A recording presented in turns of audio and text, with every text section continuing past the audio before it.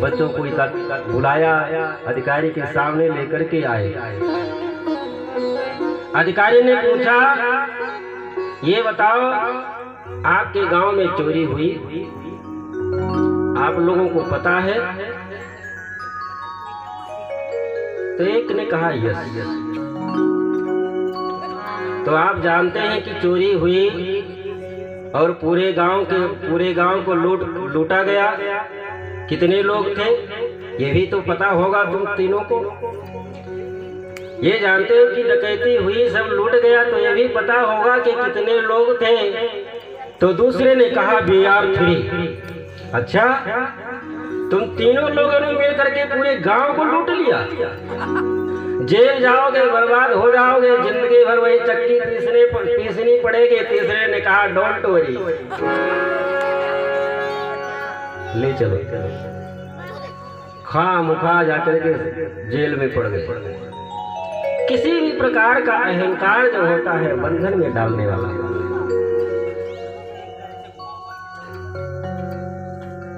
भगवान शिव ने नारद जी को अनेक प्रकार से समझाया, लेकिन ज्ञान न आया। एक बार अपने पिता ब्रह्मा जी के पास में गए, ब्रह्मा जी को भी यही कथा सुनाई। ब्रह्मा जी अचंभित हो गए कि नारद ये अहंकार में आकर के ऐसी वार्ता कर रहा है, इसके हृदय में अहंकार रूपी अंकुर अंकुरित हो रहा है, और ये अहंकार यदि बढ़ा तो नारद का विनाश हो जाएगा। ब्रह्मा जी मन में विचार करने लगे, अब करे क्या, पुत्र है, मानस पुत्र है हमारा। एक दिन नारद जी महाराज स्वयं एक बार कर पर बीना, एक बार कर बीना, गावत हरि गुण गावत बीना, गावत हरि गुण गावत बीना। से दो गल में मुड़ना, से दो गल में मुड़ना, जहाँ बस श्रीनिवास सुखी माता, जहाँ बस श्रीनिवास सुखी माता।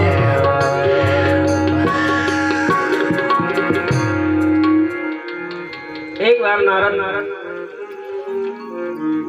भगवान विष्णु से मिलने के लिए क्षीरसिंध पहुंचे, जहां पर से सैया पर भगवान विष्णु लक्ष्मी जी के साथ में विराजमान थे। वैकुंठ धाम में विराज भगवान विष्णु नारद जी को आता देख भगवान आज स्वयं अपनी शेष सैया से उठ करके नारद जी की अगवानी करने के लिए दरवाजे पर ही आ गए। भगवान स्वयं आज क्यों अगवानी करने के लिए आ गए? भगवान मन में विचार करने लगे कि नारद के हृदय में जो अहंकार आ गया है, ये अहंकार के फल स्वरूप जो हमेशा आकर के साष्टांग लेट करके प्रणाम किया करते थे नारद, आज हमको ये अहंकार के कारण प्रणाम नहीं करेंगे। और प्रणाम जब नहीं करेंगे तो बैठी, हम तो जानते हैं, लेकिन ये लक्ष्मी जी फिर श्राप दे देंगी नारद को। लक्ष्मी नारद को श्राप दे देगी। भगवान स्वयं आकर के नारद जी की अगवानी करते हैं और नारद जी को ले जा करके भगवान स्वयं अपने बराबर आसन पर बैठाया, क्योंकि नारद जी कभी भी भगवान के बराबर नहीं बैठे। जब भी वैकुंठ धाम में जाते थे भगवान अपने से सैया पर रहते थे, नारद जी भगवान को साष्टांग प्रणाम करके नीचे बैठा करते थे। लेकिन आज भगवान के बराबर बैठे लक्ष्मी जी मन में विचार करने लगे कि आज ये कौन सी लीला हो रही है कि आज स्वयं वैकुंठाधिपति भगवान स्वयं नारद की अगवानी आज पहली बार नारद भगवान के बराबरी में बैठा है। कौन सी लीला है? लक्ष्मी जी अचंभित है। भगवान जब भी नारद आते थे तो भगवान की कृपा दृष्टि प्राप्त करने के लिए आते थे। भगवान की कृपा प्राप्त करने के लिए आते थे, लेकिन भगवान नारद के अहंकार को और बढ़ाने के लिए भगवान नारद से कहते हैं, भोले बिहसे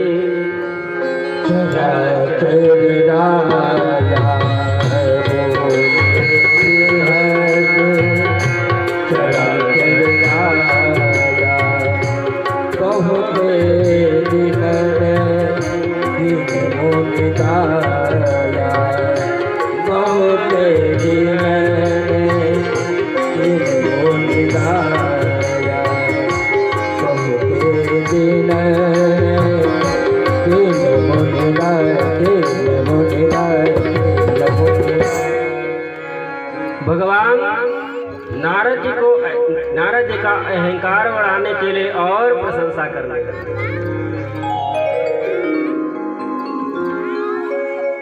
सूत जी से सनकादिक ऋषियों ने पूछा कि महाराज, नारद जी तो भगवान विष्णु के परम प्रिय भक्त थे, उनको तो उनके अहंकार को तो समाप्त करना चाहिए था, लेकिन उनके नारद जी के अहंकार को भगवान और क्यों बढ़ा रहे हैं? सूत जी ने कहा कि इसलिए कि पहले ही उनके गुरु शिव ने उनका इलाज किया, समझ गए थे कि अहंकार है, उन्होंने अपना जो दवा दारू इलाज था उन्होंने किया, लेकिन वो रोग ठीक नहीं हुआ। वो अहंकार रूपी जो फोड़ा था वो ठीक नहीं हुआ। तो जब भगवान विष्णु के पास में पहुंचे तो भगवान विष्णु ने मन में विचार किया कि अब ये अहंकार को बढ़ाना ही ठीक है। जैसे किसी को एक फोड़ा हो जाए, किसी डॉक्टर के पास में जाए और वो इलाज बताते, भैया ऐसा ऐसा करना, अभी ये फोड़ा निकल ही रहा है, अगर ये उपाय करोगे, इलाज करोगे तो फोड़ा ये गल जाएगा, बैठ जाएगा, ठीक हो जाएगा। और वो डॉक्टर की बात न माने और वो दवा न करे तो दूसरे डॉक्टर के पास में जब जाएगा तब तक वो फोड़ा थोड़ा बड़ा हो जाएगा। डॉक्टर देखा तो ये यही सोचेगा कि अब ये फोड़ा बैठेगा तो नहीं, गलेगा नहीं, अब ये फोड़ा को थोड़ा और बढ़ाना पड़ेगा। ये फोड़ा को जब तक बढ़ेगा नहीं तब तक ऑपरेशन बढ़िया से हो नहीं पाएगा। इसलिए भगवान नारद जी के अहंकार को और बढ़ाने के लिए और प्रशंसा करने लगे। भगवान विष्णु ने कहा, धन्यास्तुम शिव धन्याः, धन्यास्तुम शिव धन्याः ते माया सर्व विमोहिनी। भगवान विष्णु शिव की माया को प्रणाम करके, मन ही मन प्रणाम करके और शिव जी के चरणों में प्रणाम करके कहने लगे, भोले बाबा आपकी लीला अपरंपार है। ये आपकी माया इतनी बलवती है कि जो हमारा ये परम प्रिय भक्त आपका शिष्य ब्रह्मा जी का पुत्र, इसकी भी हृदय में अहंकार।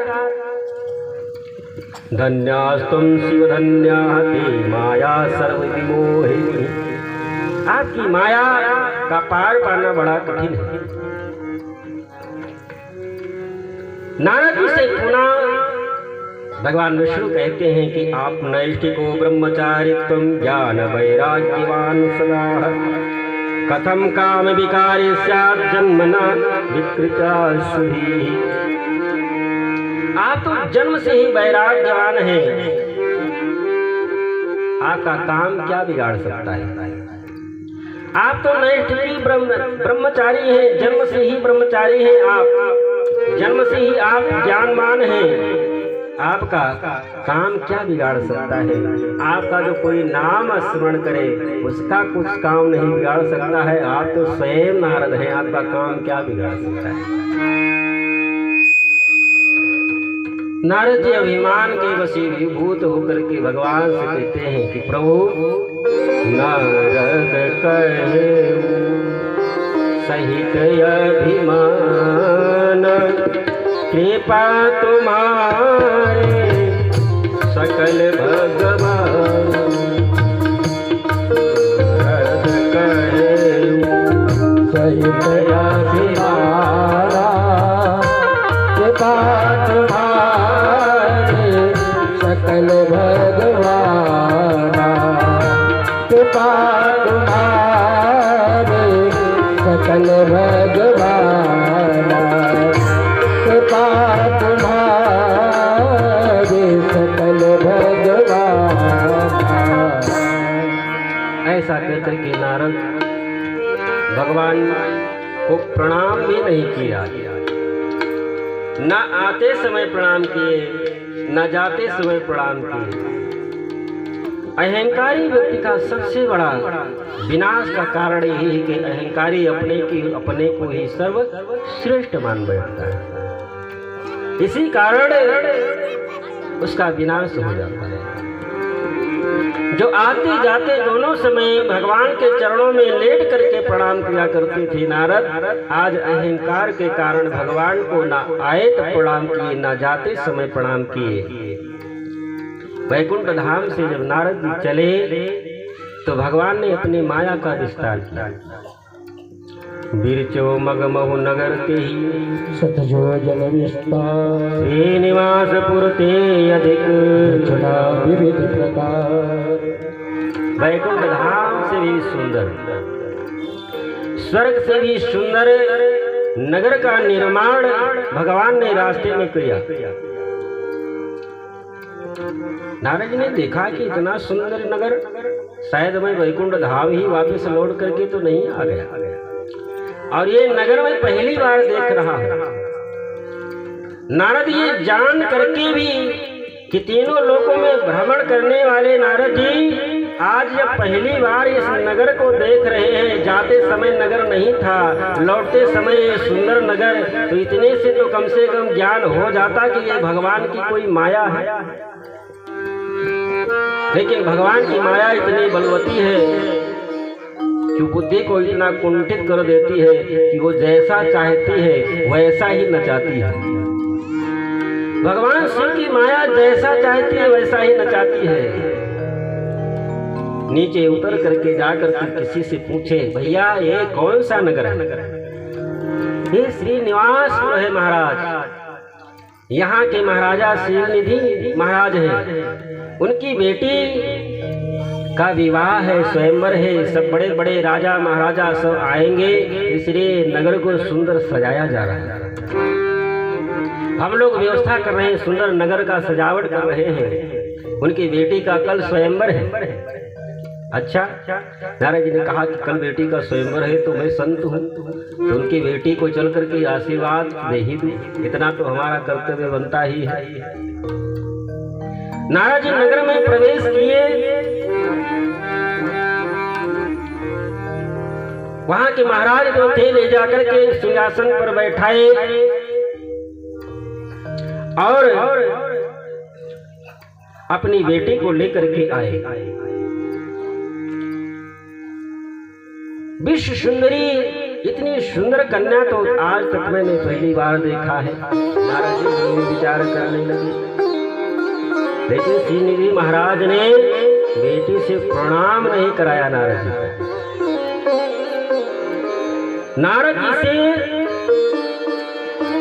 जी के चरणों में प्रणाम नहीं कराया, जबकि नियम था कि भाई साधु संत महात्मा आया है पहले बेटी से चरणों में प्रणाम करा दें, लेकिन प्रणाम नहीं कराया। क्यों? क्योंकि यदि प्रणाम करा देंगे तो गुरु और शिष्य का संबंध हो जाएगा, आगे की लीला कैसे होगी।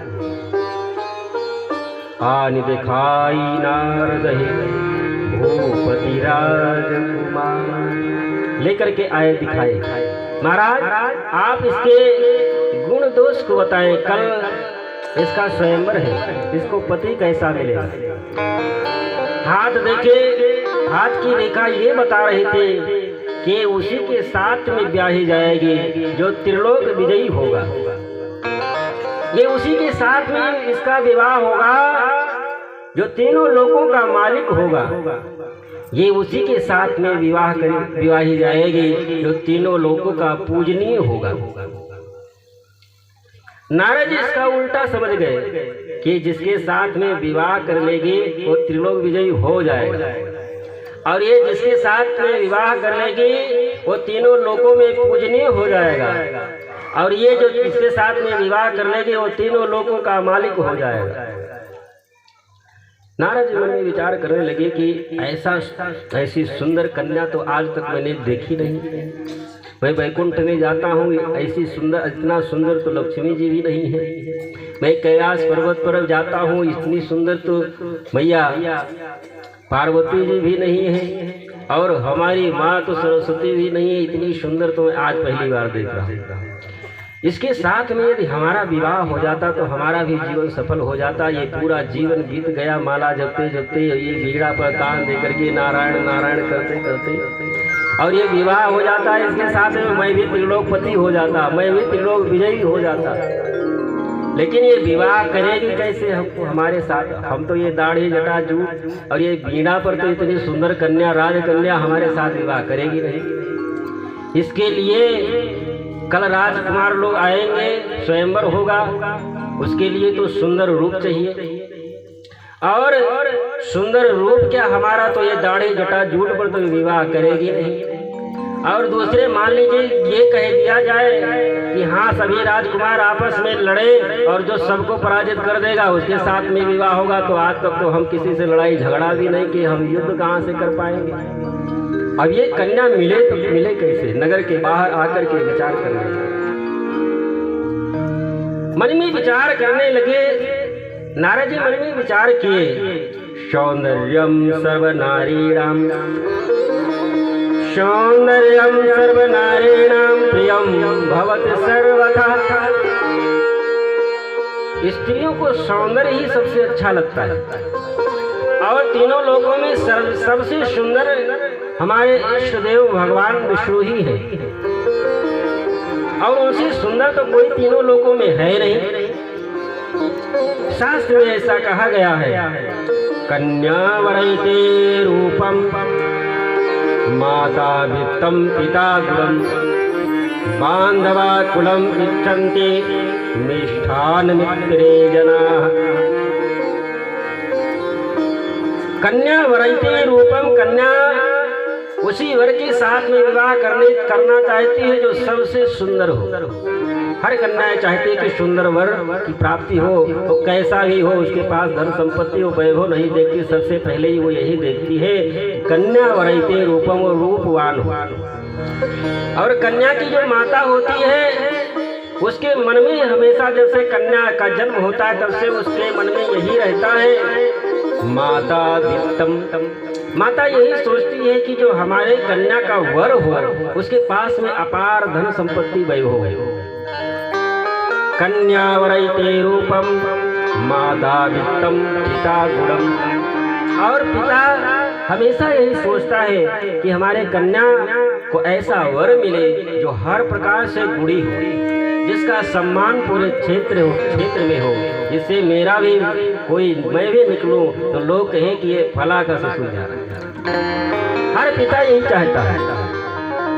और बांधवा कुलम इच्छन्ति मिष्ठान मित्री जनाः। और कुल के लोग और चाहते हैं कि जो भी घर परिवार लड़की वाले का मिले, हर प्रकार से सुखी संपन्न मिले। नारद जी मन में ही विचार करने लगे कि अब सुंदरता तो हमारे पास है नहीं, सुंदर तो तीनों लोकों में भगवान विष्णु ही हैं, तो क्यों ना चल करके उनसे ही सुंदरता मांगा। क्योंकि अपने भक्त की हर इच्छा पूर्ण करते हैं हमारे भगवान विष्णु। हरिशन सुंदरता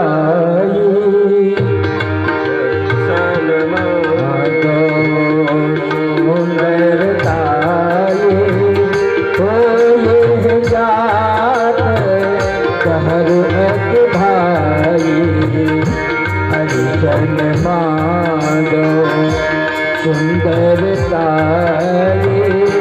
हो ये कहर भाई।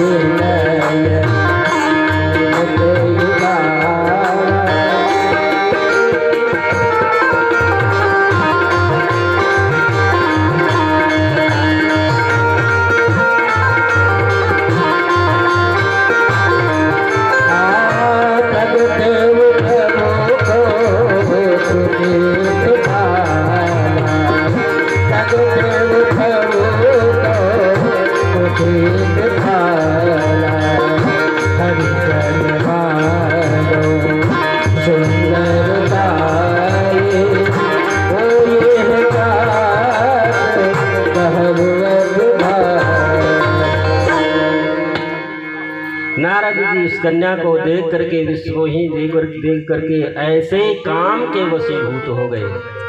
पहले तो अहंकार ही था, अब काम के भी वशीभूत हो गए। और जो काम के वशीभूत हो जाता है उसकी ऐसी दुर्गति होती है। दिवा पश्यत न उल्लूको रात्रौ पश्यत न वायसाः अपूर्वाः कोऽपि कामन्दाः दिवा नक्तं न पश्यति। शास्त्र में कहा गया है दिवा पश्यत न उल्लूको, उल्लू को जो रात्रि में नहीं दिखाई देता, ये सब जानते हैं। दिवा पश्यति न उल्लूको रात्रि पश्यति न वायसाः, रात्रि में कौए को नहीं दिखाई देता।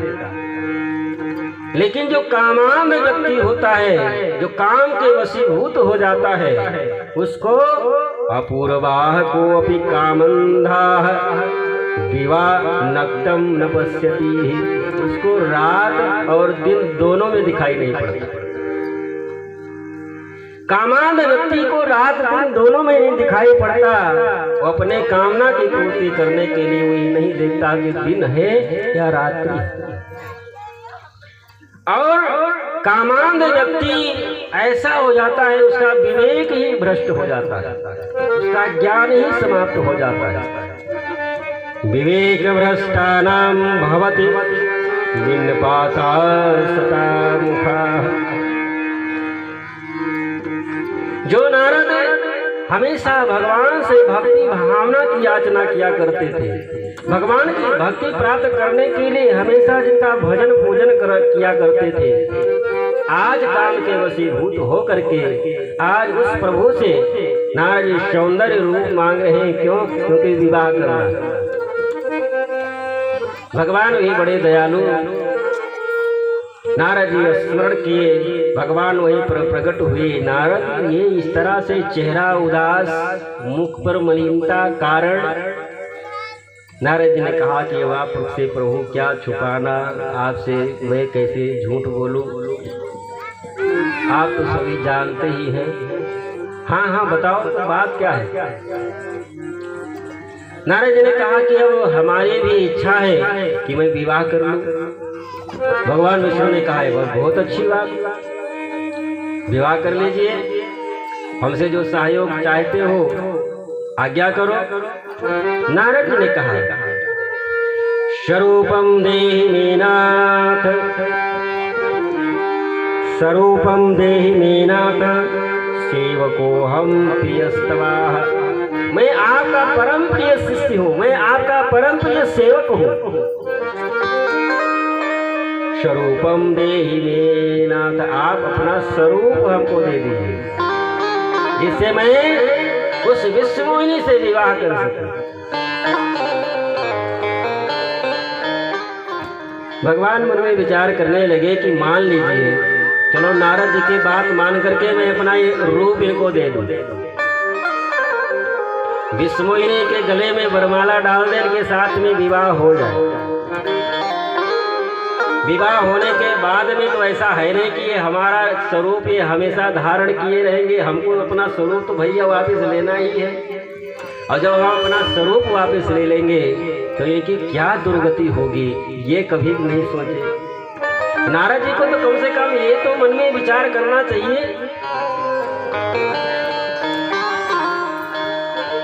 आजकल इसी प्रकार से विवाह में दिखावा करने के लिए लोग कर्जा चारों तरफ ले लेते हैं, लेकिन कभी ये विचार नहीं करते कि कर्जा विवाह के लिए ले तो रहे हैं, लेकिन बाद में क्या दुर्गति होगी।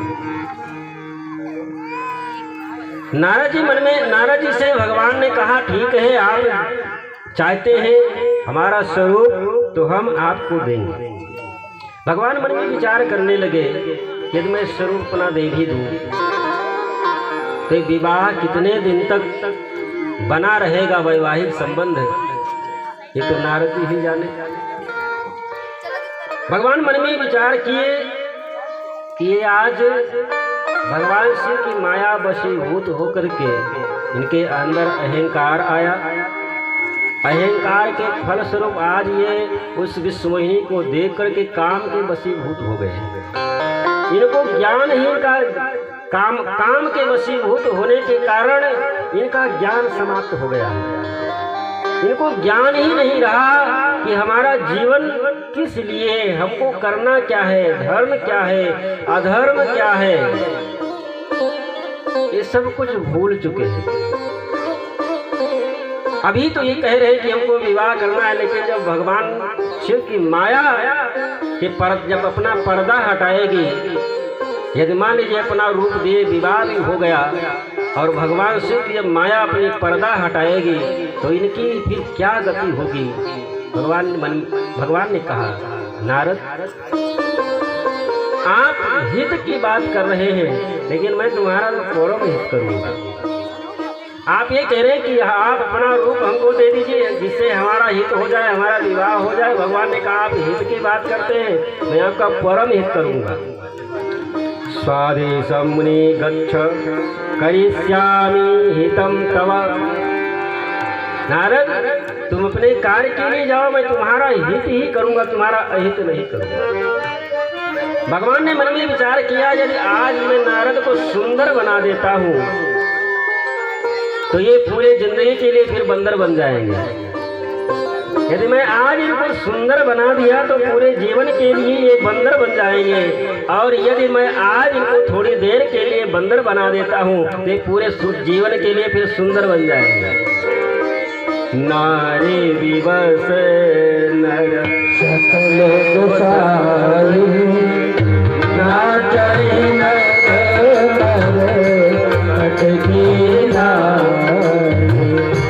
नारी विवश नर सकल गोसाई, नाचै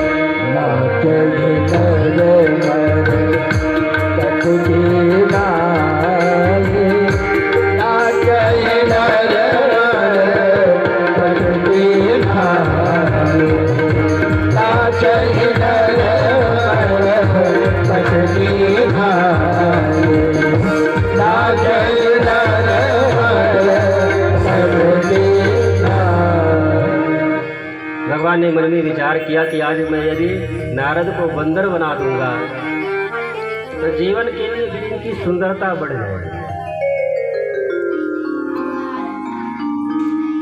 तो सूत जी से शौनकादि ऋषियों ने पूछा कि आप एक बात ये बताएं, क्या भगवान भी झूठ बोलते हैं? क्या नारद जी को भगवान झूठ बोल करके भेज दिए, कहे मैं सुंदर रूप देंगे और बंदर का रूप दे दिए? सूत जी ने कहा भगवान कभी झूठ नहीं बोलते, तो बंदर का रूप क्यों दे दिए? तो सूत जी ने कहा कि भगवान का नाम है हरि, और संस्कृत में बंदर को भी हरि कहते हैं। हरि से हरि नाम बंदर भी और हरि नाम भगवान विष्णु भी। तो भगवान हरि ने हरि का ही रूप दिया। भगवान कभी झूठ नहीं बोलते, बंदर का रूप है। नारद चले गए वहां से। अब भगवान शिव अपने दो गणों को पीछे लगा रखे थे, क्योंकि जो गुरु होता है वो अपने शिष्य को कभी समाप्त होते हुए नहीं देख सकता। गुरु ने अपने दो गणों, भगवान शिव ने अपने दो गणों को भेज रखा था कि नारद जी जाकर के देखिए नारद की दशा क्या होती है, आप क्षण क्षण की बात हमको बताते रहना। जैसे आप टेलीफोन से हर बात बताते रहते, उस समय टेलीफोन नहीं था, लेकिन तो फिर भी इस समय का टेलीफोन से अच्छा कनेक्शन हुआ करता था। वो भगवान शिव के गण भगवान शिव को पल पल की खबर भगवान शिव को दिया करते थे कि अब ये घटना घटित हुई। लेकिन जब ये बात भगवान शिव के गणों ने देखा कि नारद जी ने ये सुंदर रूप मांगा भगवान से और भगवान विष्णु इनको बंदर बना दिए, तो भगवान शिव के दोनों गण आकर के और भगवान विष्णु के चरणों में गिर करके प्रार्थना करने लगे, प्रभु ये लीला हमारे समझ में नहीं आई। तो भगवान विष्णु ने कहा तुम जान करके क्या करोगे? भगवान शिव के गणों ने कहा कि मैं भगवान शिव का गण हूँ, मैं पत्रवाहक हूँ, मैं सूचना प्रसारण मंत्री हूँ, मैं भगवान शिव को ये सूचना देता रहता हूँ, तो कम से कम उनको बताना पड़ेगा कि अब आगे होगी क्या। तो भगवान विष्णु ने कहा कि इनको बंदर का रूप दिया जो है ये केवल तुम देखते हो, तुम जानते हो, केवल नारद जानते हैं, बाकी ये बंदर का जो रूप है ये बंदर का रूप और कोई नहीं देखेगा। ऐसा नहीं है कि मैं नारद की हंसी कराऊंगा, ये सभा में जाएंगे तो इनको नारद ही समझ करके सब प्रणाम करेंगे। हे शिवगणों, ऐसा मत समझना कि मैंने इनको बंदर का जो रूप दिया है इस सभा में जाकर के ही वे बंदर का रूप रहेगा। बंदर का रूप केवल तुम देख रहे हो और ये केवल नारद जी को पता होगा कि देखेंगे बंदर का रूप दिखाई पड़ेगा, बाकी ये बंदर का रूप सभा में नारद जी की बेइज्जती कराने के लिए नहीं दे रहे। शिवगणों ने प्रणाम किया भगवान को। शिवगणों ने भगवान शिव की माया को भी प्रणाम किया कि आपकी माया बड़ी बलवती है। नारद इस सभा में पहुंचे, सभी लोग उठ करके खड़े हो गए, नारद जी को देख करके सब प्रणाम करने लगे। नारद जी अहंकार के वशीभूत मन में ये विचार करने लगे कि ये सब भगवान विष्णु समझ करके हमको प्रणाम कर रहे, क्योंकि वो अपना रूप हमको दे दिए हैं। ये भगवान विष्णु समझ करके समझ करके खड़े हो गए हैं, भगवान ने हमारे ऊपर बड़ी कृपा की, अपना रूप उन्होंने हमको दे दिया।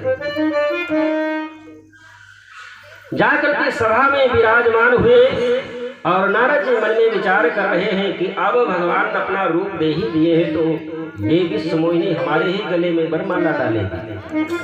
वामरिष्यति नान्यं स विष्णु स्वरूपधरम्। ये विष्णु भगवान का रूप हमको मिला हुआ है, इसलिए विश्व मोहिनी हमारे ही गले में वरमाला डालेगी।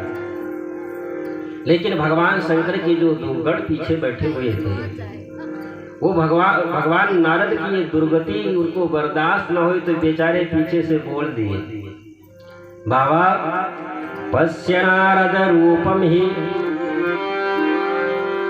बाबा आप का रूप, ये सौंदर्य जिस पर आप इतना अभिमान कर रहे हो, पश्य नारद रूपम ही विष्णुरेव महोत्तमः।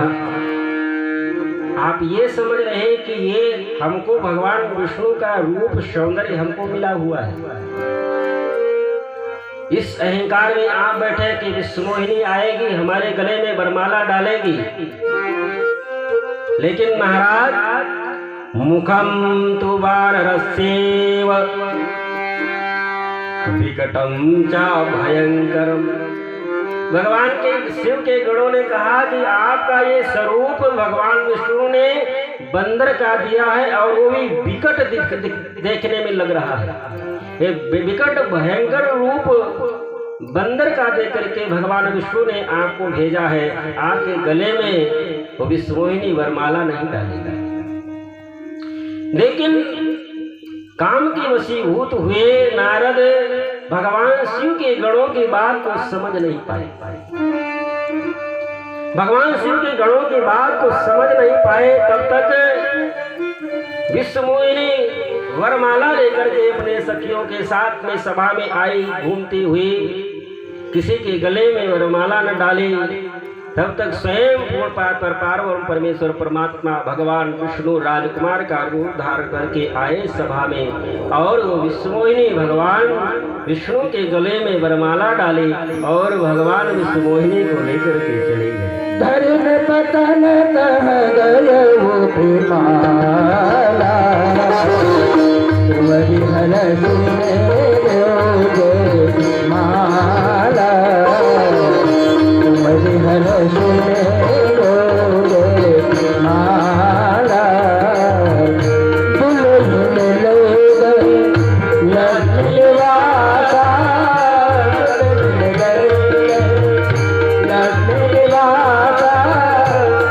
समाज सब समाज सब भजऊ निराशा, समाज सब भजऊ निराशा।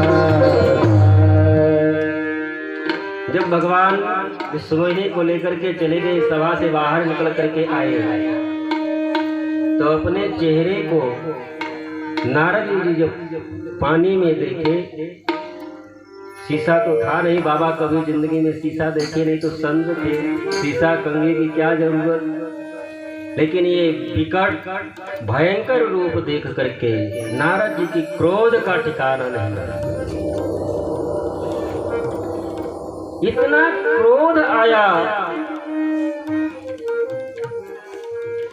कि सबसे पहले जो भगवान शिव के जो गण थे, वही सभा में शीशा दिखा रहे थे कि कम से कम अपने चेहरे को तो एक बार देख लो।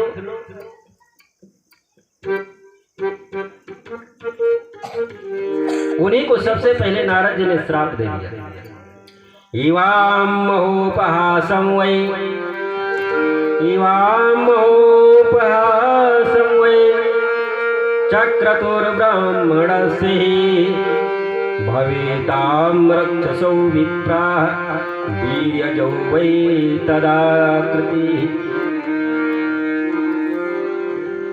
हे शिवगणों, मैं तुमको श्राप देता हूँ, दोनों को जाकर के राक्षस हो जाओ। उन शिवगणों को सबसे पहले नारद जी ने श्राप दिया और वहां से तुरंत चले कि आज उसमें विष्णु को छोड़ूंगा नहीं। वैकुंठ धाम में जाकर के आज मैं उनकी दुर्गति करता हूँ।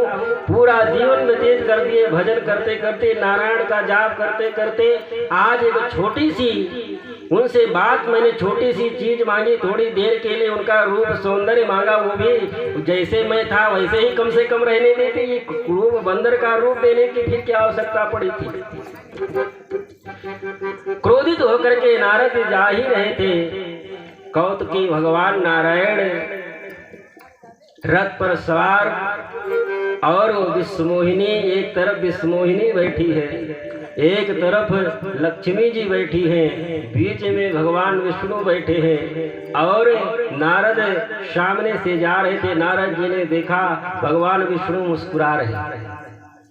अब तो नारद जी के क्रोध का और ठिकाना नहीं रहा कि हमको तो एक भी नहीं और इनके साथ में दो दो और ऊपर से मुस्कुरा रहे हैं। नारद जी ने कहा, हरे त्वं महादुष्टम कपटी विश्वमोहना। अरे हे हरे तम महादुष्टम कपटी विश्वमोहना, आप तो विश्व के कपटी हैं। आपके समान तीनों लोकों में कपट करने वाला कोई है ही नहीं। आप जैसा कपटी हमने तीनों लोकों में देखा ही नहीं। असुर सुरा विष शंकर स्वार्थ साधक कुटिल तुम कपट व्यवहार। अरे विष्णु, जिस समय समुद्र मंथन हो रहा था, हलाहल विष निकला और ले जाकर के भगवान विष्णु को तुमने पिला दिया।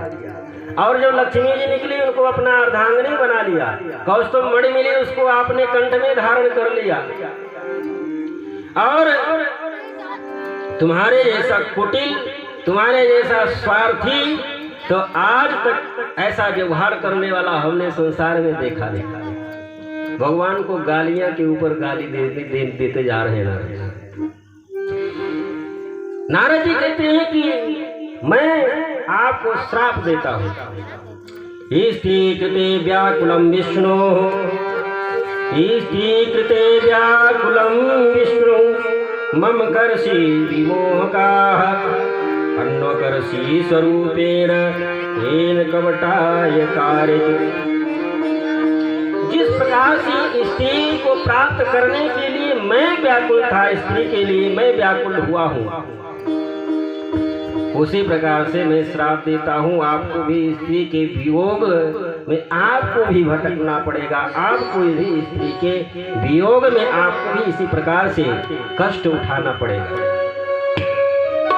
और नारी विरह तुम, जिस प्रकार से मैं आज स्त्री के विरह में दुखी हूँ, इसी प्रकार से आप भी नारी विरह तुम भोग दुखारी, उसी प्रकार से स्त्री के विरह में आप भी दुखी होंगे।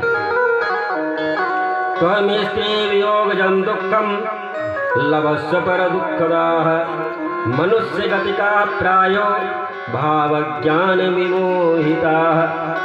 मैं श्राप देता हूँ कि आप मनुष्य की योनि प्राप्त करोगे और उस मनुष्य की योनि में जाकर के आप स्त्री का वियोग आपको भी सहना पड़ेगा।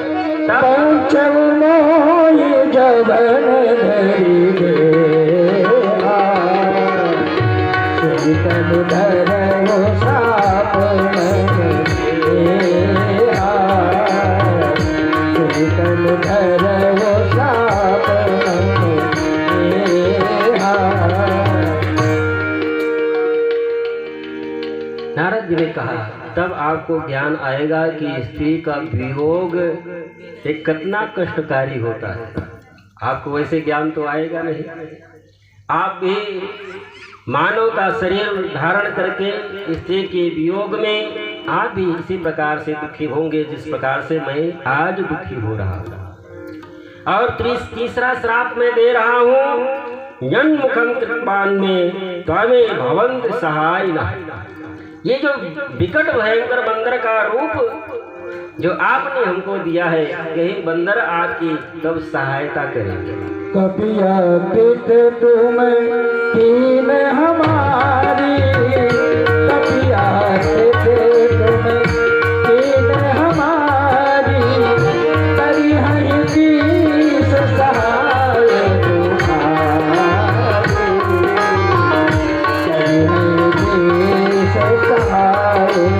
तुम्हारी,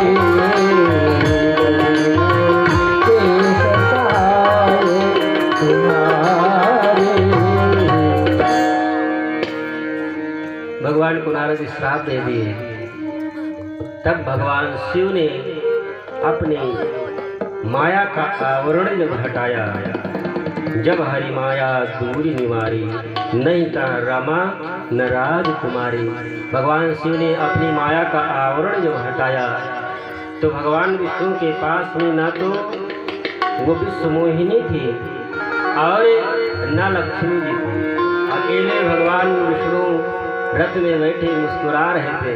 ऐसा देख करके अब नारद जी को जब ज्ञान आया, चरणों में लौट करके रो रो करके भगवान से प्रार्थना करते।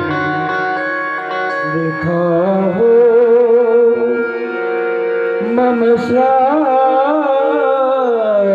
कृपाला, मम ये इच्छा कर दीन दयाला। चरणों में गिर करके रो रो करके नारद जी भगवान से प्रार्थना कर रहे। मम दुरक्तया प्रोक्ता, मया दुरक्तया प्रोक्ता, मोहितेन बुद्धिना, दत्ता शापोऽपि ते नाथ, वित्तं कुरुते प्रभो।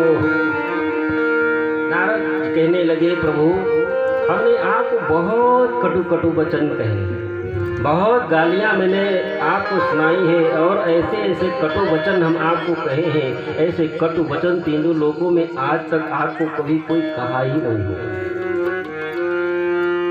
मैंने अज्ञानतावश माया के वशीभूत होकर के मैंने आपको जो श्राप दिया है वो मिथ्या हो जाए। आप कुछ ऐसा उपाय करें। हमारे हृदय में इतनी पीड़ा हो रही है इस समय कि मन करता है कि मैं अपने शरीर को छोड़ दूं। भगवान विष्णु मुस्कुराते हुए नारद जी से कहने लगे, नारद तुम घबराओ मत, तुम परेशान मत हो। अपने हृदय में जो ये पीड़ा है, जो कष्ट है कि हम अपने स्वामी को कटु वचन कहे हैं, ये तो भगवान शिव की माया है। अपने मनवा की कब हो न होए,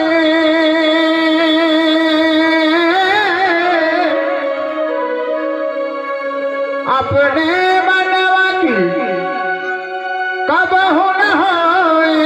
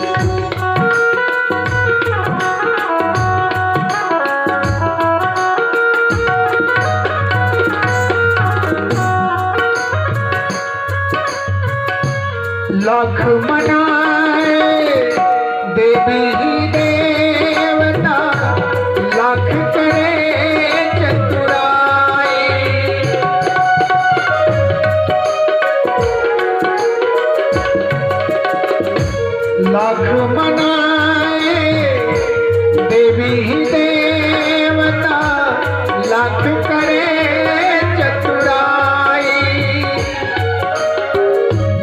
होकर लागे एक ना लागे आपन घाई पाई, सबके होते नहीं काटिए भैया, सबके होते नहीं काटिए भैया, जेके हो जितना कोई रे, जेके हो जितना कोई रे भैया, राम करे तो होई है भैया, राम करे तो होई, अपने मनवा की कब हो न होए।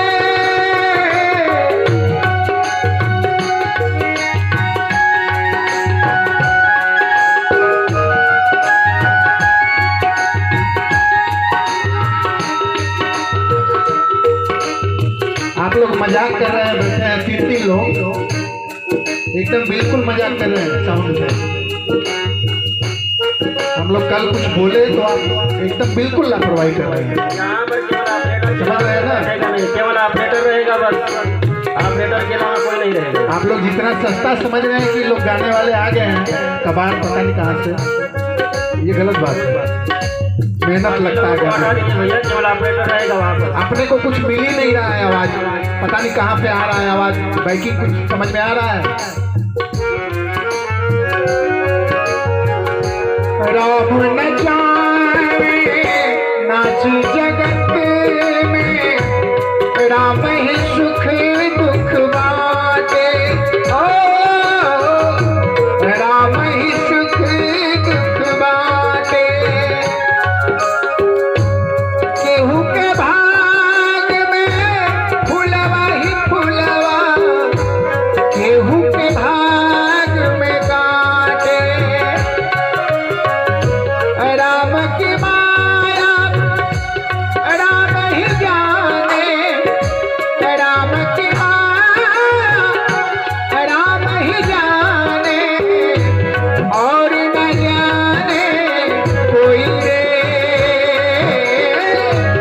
और न जाने कोई रे भैया, राम करे कोई रे भैया, राम करे कोई, अपने मन रखी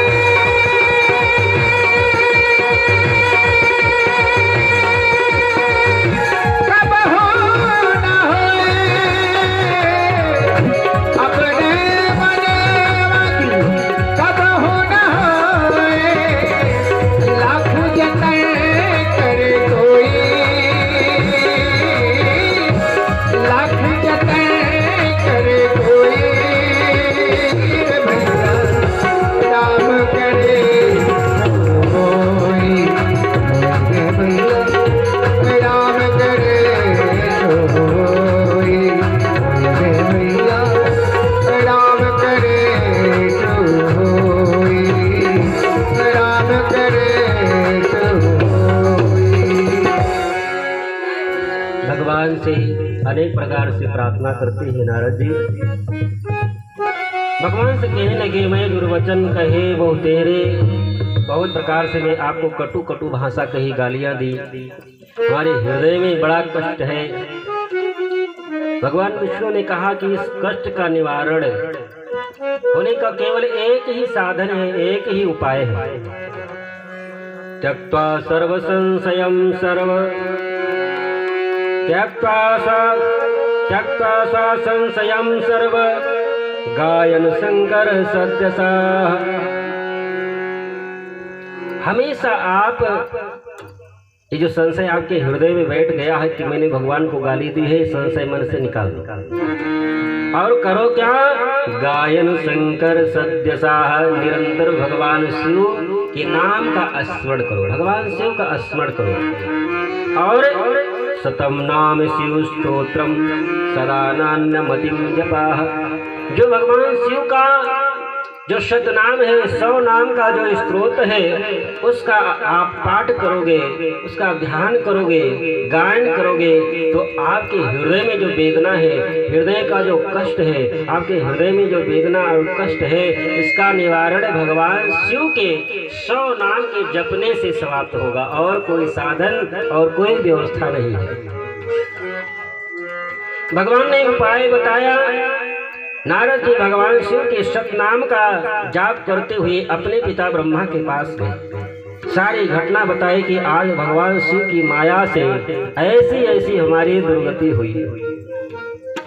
अब इस भगवान की शिव के जो माया है, ये तो बड़ी बलवती है, इससे छुटकारा कैसे मिले, आप इस साधन बताएं।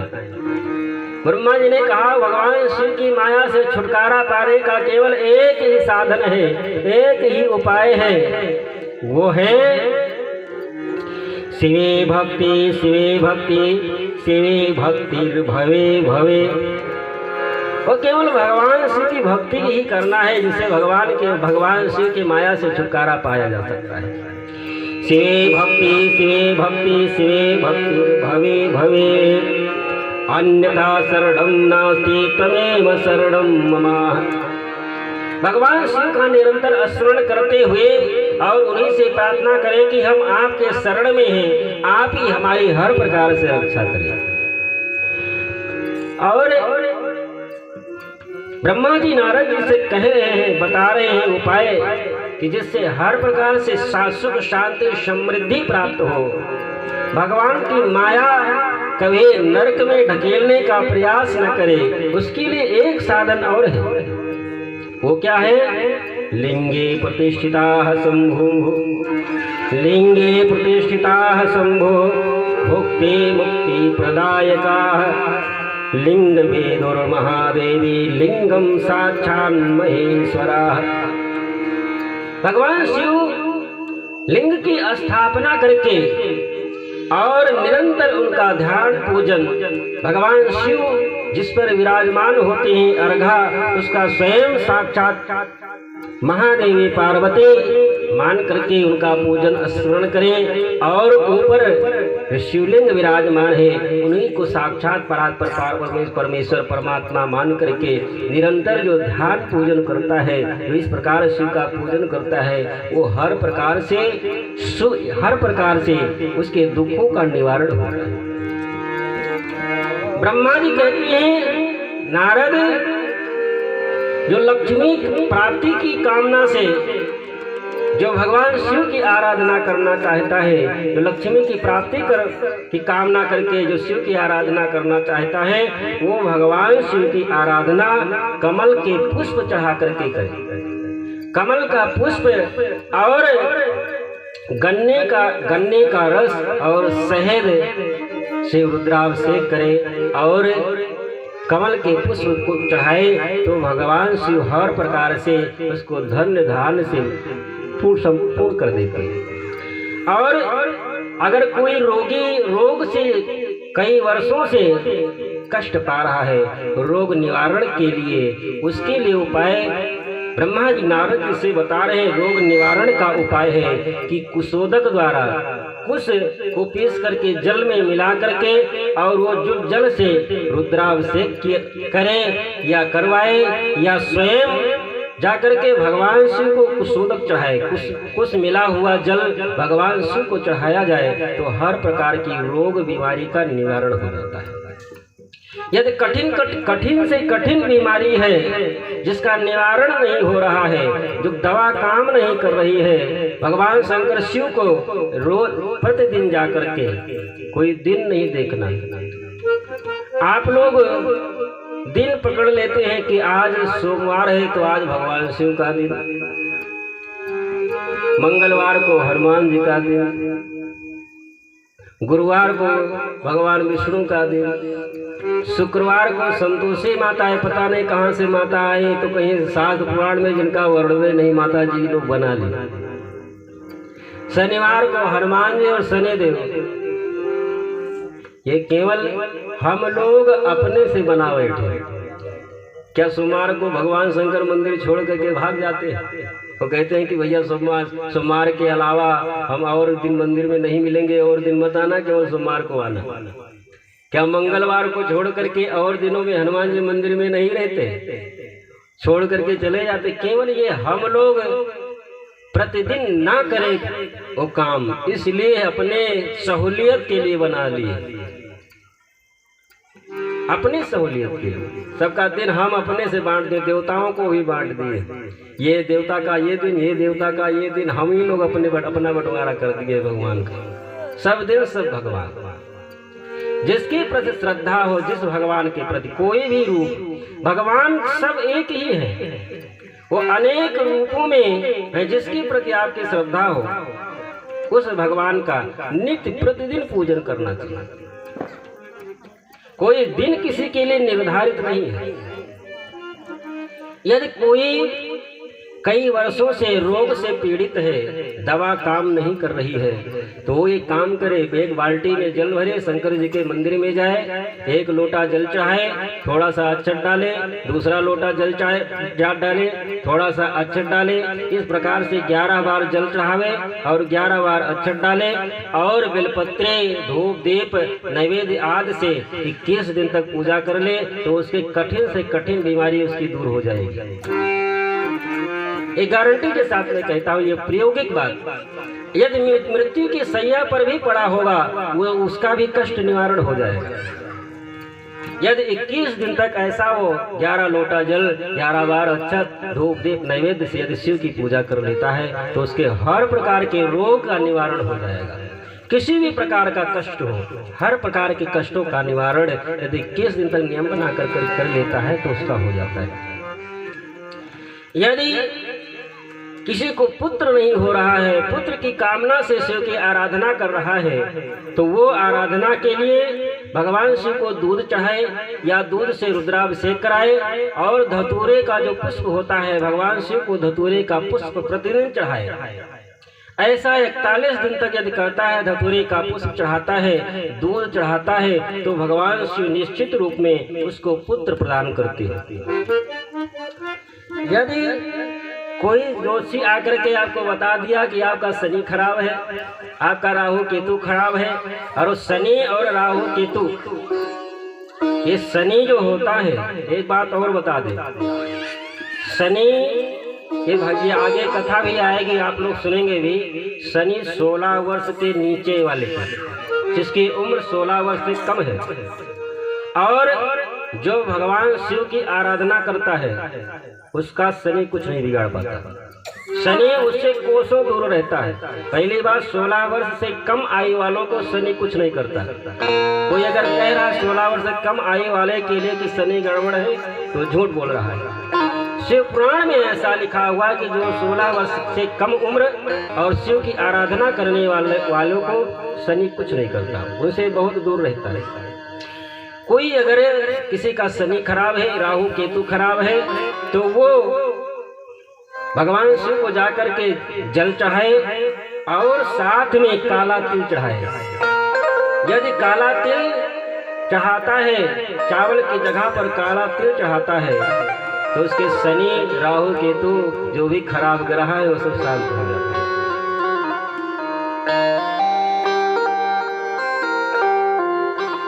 ब्रह्मा जी नारद जी से कहते हैं कि भगवान शिव की आराधना पूजा करने के अनेक प्रकार से बताए साधन, और कुछ साधन ऐसे भी हैं जो सबको नहीं बताया जा सकता, क्योंकि उसका गलत लोग प्रयोग करेंगे। उसको सार्वजनिक भगवान ब्रह्मा ने नारद जी से कहा कि ये कुछ उपाय जो ऐसे हैं भगवान शिव की आराधना करने में, तो सार्वजनिक नहीं किया जा सकता, क्योंकि लोग उसका गलत प्रयोग करेंगे। भगवान शिव तो जिस भी कामना से आप आराधना करते हैं, पूजन करते हैं, भगवान शिव निश्चित रूप में अपने भक्तों की हर प्रकार से उसको सुख शांति समृद्धि प्रदान करते हैं।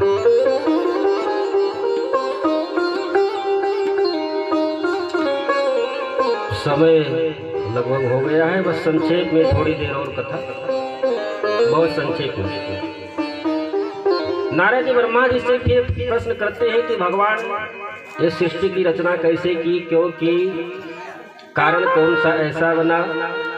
ब्रह्मा जी कहते हैं कि भगवान महाशिव एक दिन उनके मन में विचार आया कि सृष्टि की रचना की जाए। सबसे पहले भगवान शिव ब्रह्मांड की रचना करते हैं और ये एक ब्रह्मांड की रचना किए। एक ब्रह्मांड में